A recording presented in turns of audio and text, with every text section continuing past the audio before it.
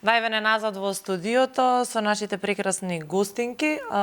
Гордана, се надевам дека ја задржавте мислата, го споменавте настанот во Австралија, каде што се виеше македонското знаме, па јас би сакала додека го зборувате ова, да, неколку пати, бидејќи е кратко, нека оди неколку пати видеото и кажете за што точно стануваше збор.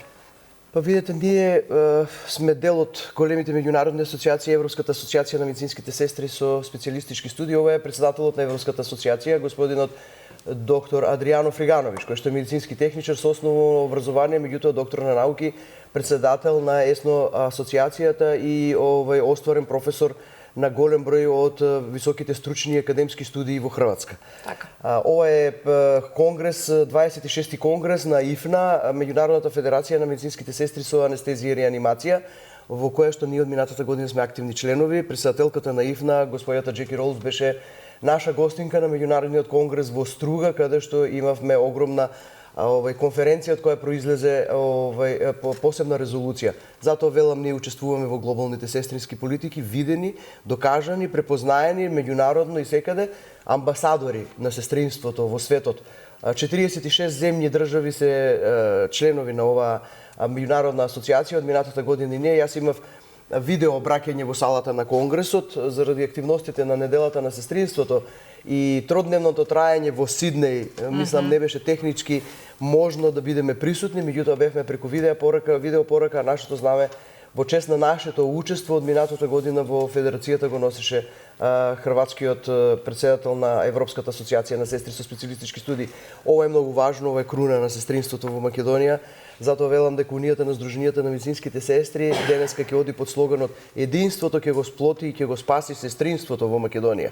Ние ги сплотивме медицинските сестри од сите нивоа на здравствениот систем во нашата Унија, во нашиот сојуз кој што сега е регистриран како таков, заради поддршката на сите здруженија кои што се формирале со годините наназад. Замислете, дури ни се формирале здруженија на медицински сестри од албанска националност, па ни се формирале медицински сестри здруженија во една иста болница од македонска националност и од албанска националност, па ни се формирале здруженија во приватни институции, па ни се формирале сојузи на здруженија од втор, трет то ниво на здравствениот систем.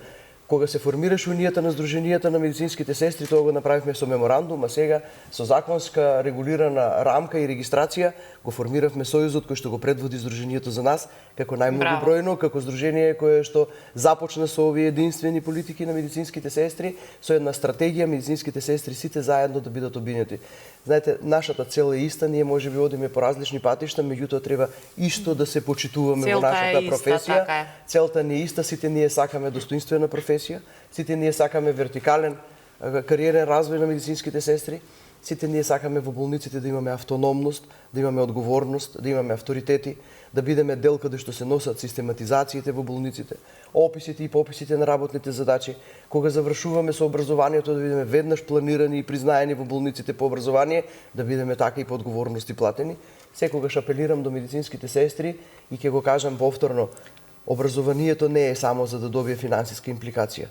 Не треба да дипломирате и да завршите стручни студии или специјалистички студии за да добиете само зголемување на личниот доход. Треба да ги понесете одговорностите на стручноста и образовните квалификации.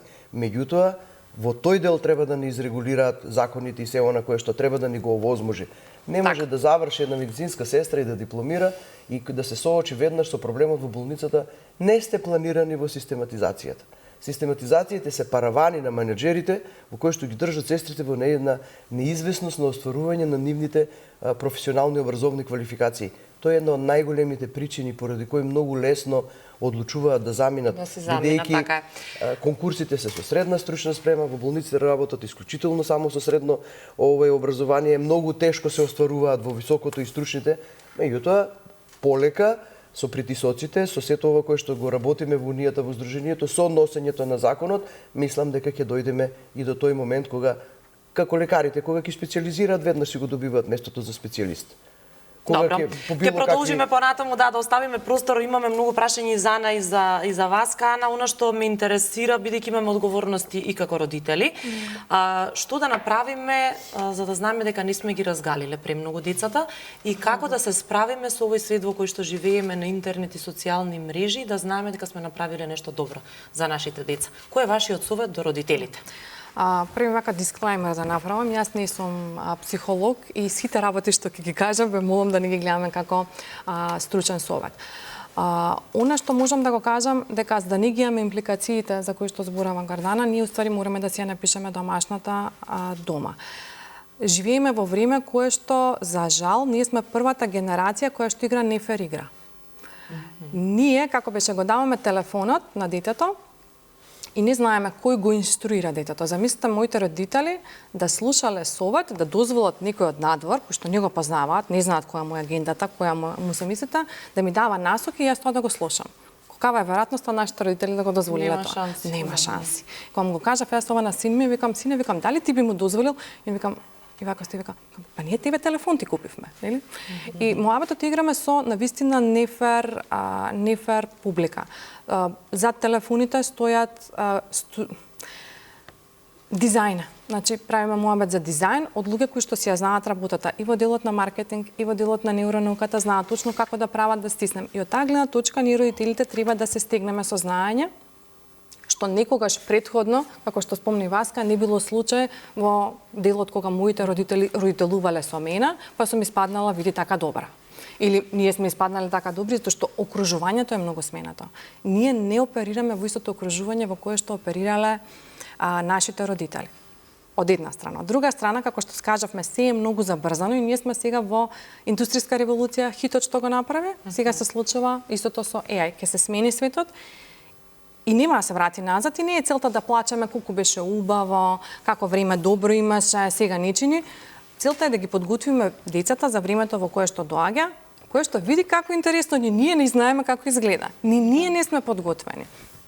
Тоа барем ние да бидеме, оно што го спомна и Гордана, модели за децата да ги следат, тоест ние да бидеме тие што ќе учиме и кои што ќе покажеме тренд кога ќе се падне, дека треба да се станеме, да се стресаме, да видиме што ќе научиме од тој пат и да продолжиме понатаму. Да видиме што ни треба за да стигнеме, кој што спомнав на почетокот, не знам, ама учам. Така. И дали можеме да ги разгалиме? Но зашто да направиме да не ги разгалиме премногу, бидејќи несвесно го правиме некогаш? Од најголема љубов го правиме тоа.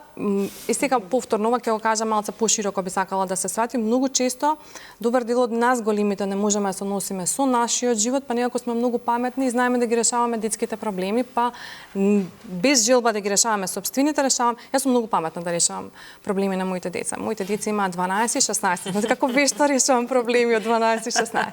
Прашањето е дали треба да ги решавам и често тука ја гледам масовно од и со родителите со кои што работам, со кои што имам контакт, фала Богу, оние со кои што работам се поприлично свесни и целта е да им бидеме поддршка кога ќе грешат.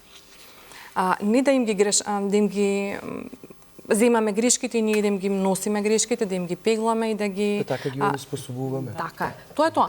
Тоа е она што се случува. Затоа ги правиме многу нежни, затоа не можат така. Затоа не можат да се Јас како човек што работи во HR, кога ќе ти дојдат на прва, мене ми се случувало родители да ме се јават, нема да дојде на работа. А он доаѓа на работа веќе. Мама не може да се јавува за тоа или мама да се јавува во не знаете сега какви чудни работи, тоа се работи што родителите не научуваат каде завршуваат, оние каде почнуваат детето. И тоа не заради безобразлук или затоа што се лоши, затоа што они не можат да седат во сопственото тешко, додека гледаат дека на детето му е тешко. Тоа е нашата болка. Ние треба да научиме да се седиме во нашето тешко, тоа што мене е многу тешко кога гледам дека син ми и кирка ми имаат некаква мака. Па уште кога знам дека можам да ја решам, па тоа е. И тоа е целта ние да научиме да се седиме. Така да мојата свесноста веќе кај родителот до каде треба да оди за да не му наштети понатаму. Така. Да нема долгорочни последици. А многу мисла дека во основа премногу љубов никога не упропастила. Значи ние можеме со многу меко да ги поставиме јасно границите. Децата сакаат граници, на децата им е потребна таа сигурност и таа структура. Децата не се еленчиња, затоа што еленчето после месец дена ова нашиве тераат X период, има причина зошто, заради тоа што кога се раѓаме, нели мозокот за да може да искочи од нашето тело ваквото не е доволно развиен и се развива до таму само некоја 25-та година. Така да изгледа до 25-та година правиме избор на професија со нефункционален мозок, не е чудо што сакаме да ги менуваме професиите. Како и да е, мислам шала на страна, моабетот е дека префронталниот кортекс се развива до прилично касно. Ние сме нашиот префронтален кортекс на децата и треба да го правиме во функција да го развиеме, а не да го замениме. Зошто? Тоа што јас ќе се тргнам од приказната. Мене ќе ми има до некаде и после ќе се тргнеме ние, така е. Така да целта е да баш на едно од конференцијата за свесно родителство, тоа ми беше дека како дел од предавањата. Целта е кога се качуваат и кога децата учат, да биде родителот тука и да го, кога ќе падне детето, да има можност да го помогне да стане, да го истраси, да го утеши. Додека го научи да се качи. После кога се качи, природниот тек на работата насекене нема, кога ќе почне детето да се симнува, да му биде лесно. Замислете кога се качи тука, ние сме го качувале се, и го нас не нема и сега наеднаш па ќе плаче. Така. Потполно се согласувам, само еве една мала и препорака и за бабите и за дедовците некој, затоа што јас веќе гледам дека колку сум чувствителна за внуците, поинаку е. Ако некогаш ми сметале работи за децата што ги прават сега за внукот, не, тоа не е најмалку. Например, што? Например, како што каже една пријателка, и на завеса да шкрта и да пишува и да се избрише со завесата од чоколадо, нека е здрав и жив. Ќе се исчисти. Ќе се исчисти. Ете како се расипува големата слика. Ама тоа е додека зборувате вие, може и вашите фотографии продолжете да ги погледнеме фотографиите на Васка за да имаме време за се. Сето тоа се тие природни улоги кои што секој човек треба да ги доживее. Сега дали ги правиме исправни или неисправни, тоа нели времето ќе покаже. Али проектот влогот е многу голем. Затоа не можеме да оставиме на времето. Затоа, знаете, за секоја професија треба да се едуцираме. Каде се едуцираме во позиција на родителство? Никаде. Јас од свадбата. Да, од свадбата кога пред 29 години или на мои 19 години настапив во брак и почнаа тие. Затоа сте и млада баба. Па добро, јас секогаш велам кој порано си ја заврши работата, мада многу потешко ми беше, искрено да ви кажам, и студирање, и работа, и деца, и семејство, значи не беше лесно. Сега да, не би го тоа на овие години, но тогаш 20 си лути млади. Жена водилка, фала. Еве ова е од свадбата на ќерка ми. Од свадба на свадба. Да. Тоа беше пред ова за мојот роден ден, тука сме цело семејство, мислам сега комплет сетот и снашката, и децата мои, внучето. Ова се садниците кои што дел од производството наше, кое што ние го работиме, тоа се овошни садници, кои што се вака спакувани за продажба. Еве ова е мој некој детал или сцена од нашиот работен ден, бидејќи кај нас нема машка женска работа, има работа која што треба да се заврши. И јас еве ова е наградата која што ја добив минатиот месец како еден поттик за уште повеќе да работиме во иднина. Да, за жена водилка. Да, ова е со внукот Давид, исто од мојот роден ден, последен роден ден. Тоа се фотографии кои што ми се секогаш ова се имаше некој од средношколските, од средношколските денови, ова се мои школски другарки кои што до ден денес се дружиме и нели комуницираме, баш и сега ова година ќе тераме 30 години од матура. Овој месец. Да, и секогаш се навраќаме на убави спомени, тоа Наталија, Ирена и Драгана. Спомените остануваат? Да. Ова сум јас кога сум била многу мала, сум имала предиспозиција. Иако прво што научив да возам заради потребите ми беше трактор, па потоа се друго.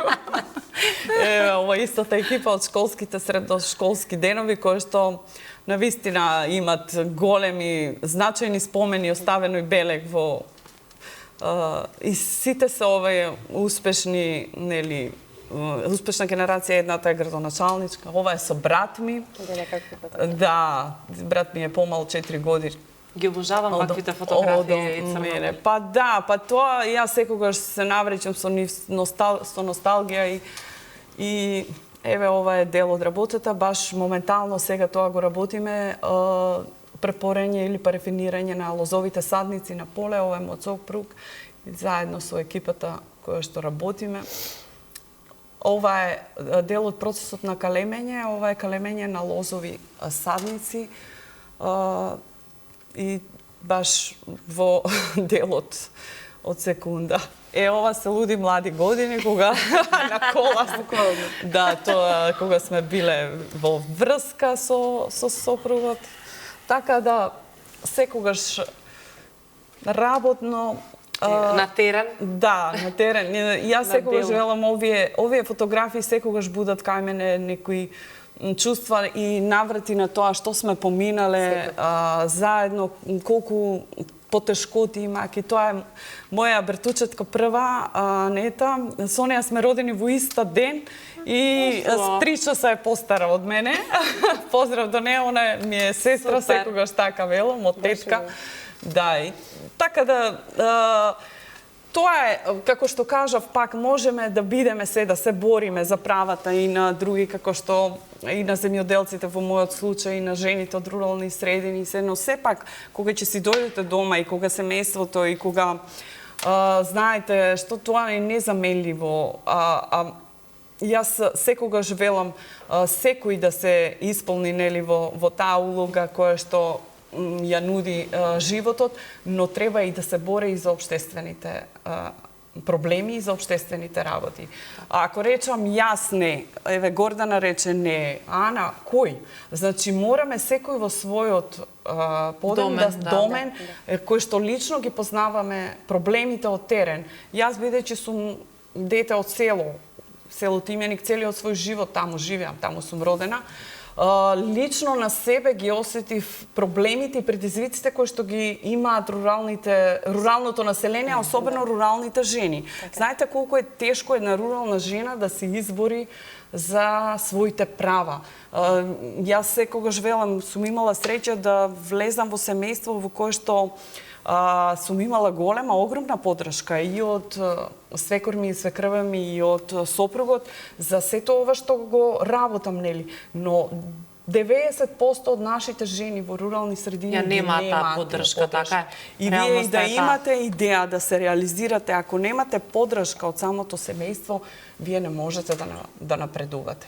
И веднека биде една порака до сите оние кои што доаѓаат од руралните средини да не се откажуваат и да не бидат обкружени со луѓе кои што не им даваат поддршка, напротив, нели, да бараат луѓе кои што ги сакаат и поддржуваат. Секогаш велам кога според нашите активности од Федерација на фармери со целиот тим кој што управниот одбор и извршната канцеларија работиме нели баш на рамноправност на жените и на руралното население, велам дека треба да се едуцира и семејството, не се само жените, затоа што вие ако немате поддршка, еве јас лично преку мојот пример, повторно ќе го кажам, може сум го спомнала, јас на 20 години добив поддршка од целиот машки дел од семејството, бидејќи немав имот на сопствено име, да го заложат нивниот движен и недвижен имет, за да можам јас да подигнам кредит, да почнам како жена, затоа што тогаш беа така условите пред 30 години,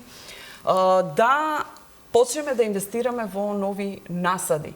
Тоа секако беше еден ветар во грб, го добив кредитот и тоа ми беше една одскочна даска.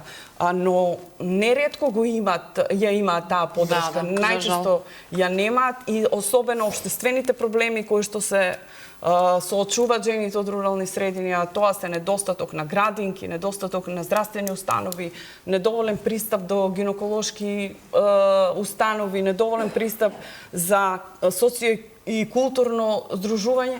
Значи, ние како општество треба да обезбедиме услови на целото население подеднакво, без разлика дали во урбани или во рурални средини. Така само младите ќе ги задржиме, кога имаме услови за живот и за работа во секое населено место. Многу баво кажано, вас ти благодариме. Сега ќе одиме со фотографиите на Ана. таа кажа дека не толку многу се слика, дека не толку сака да прикажува, но сепак ни испрати неколку, ќе ги искоментираме. Што правиме тука со рацете?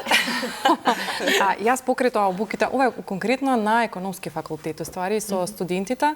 Значи, работам цел екосистем, каде што се вклучени и компаниите, и образовните институции, подобразовни мислам, и на факултети, и на средни, и на основни, и на градинки, заради тоа што ако го немаме тој екосистем кој што сите ќе не обедини, ќе ги дадеме тие животни вештини внатре да живеат, реално ќе фали парче. Така да не можеме да се сам што тука правам, беше интересна фотографијата, веројатно е некоја вежба што демонстрира нешто. Ова е исто од обука, ова е веќе од корпоративен дел. Ова е преку Асоциацијата за човечки ресурси, овдека конкретно сме во Кичево, затоа што асоциацијата исто целиме дека не треба да оперира само на едно место. Не знам дали ќе го препознаеш, Цеца, ова е Disrupt, ама пред да почнеш ти. Претходно, да. Тука ја представив играта како може, како модел кој што може да ни го шифне размислувањето, посебно во делот на HR. Целта на тој настан Цеца ни го води во последните 2 години, навистина супер, каде што се собираме HR-овците на едно место и малце правиме дистракција на мислите да видиме како ги постапуваме работите.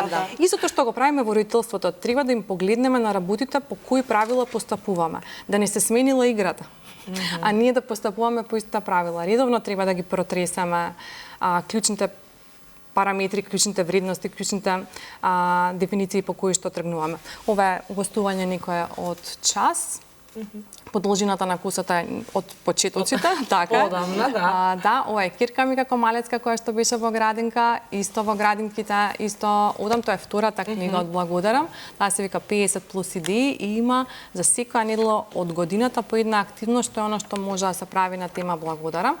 Ова ми е еден од омилените делови во годината кога потпишувам книги од компании што се одлучуваат на своите вработени да им кажат благодарам со подарување на книга наместо на чоколадо. И со тој начин поклонуваат и квалитетно време поминато со сопствените деца, зашто благодарам останува и како споменар. Ова е уште едно гостување во школа.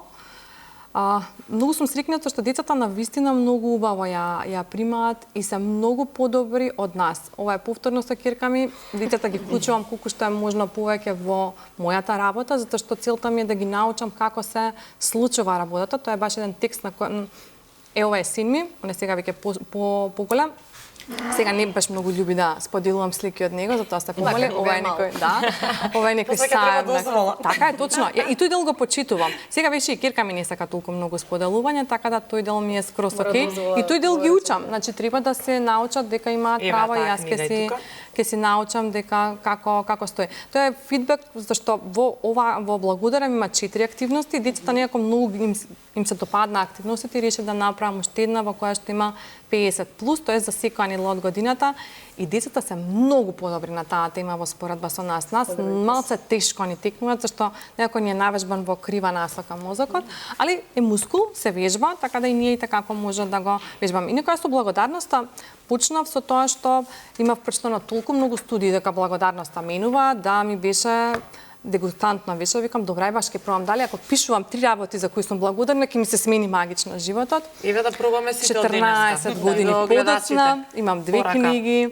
игра, карти, картички, на мојата веб страна има доста слободни материјали, значи играта Благодарам е слободна, може да се симнат. Може да се најде, тоа никако не го споменавме се тоа на кој што на го мојата веб страна anasaltirova.mk, значи играта е бесплатна, може да се ја симнат, имаат картички со кои што може да се направи геймификација, може да се симнат, има предизвик Благодарам со кој што може да го симнат исто слободен, има 6 книги како да станеме срекни родители што се исто слободни, така да има доста слободен материјал и затоа ме прашуваат зошто е бесплатно, викам не е бесплатно, не е апликација за благодарност на Google Play на Има. Така да тоа цел зошто е стајана апликација заради тоа што да ги вмешаме и другите работи, да ги научиме децата, тоест да им дозволиме на децата нас да не научат нешто, тоа што јас не сум добра во тоа, но оние како можат, инаку тоа е Кирка ми како медитира. Прекрасна е. Одлична. Благодарам за фотографиите, Ана. Ти благодариме што ете сакаше да ни прикажеш што правиш, бидејќи правиш многу работи во Барем текот дел, на денот, да. барем дел.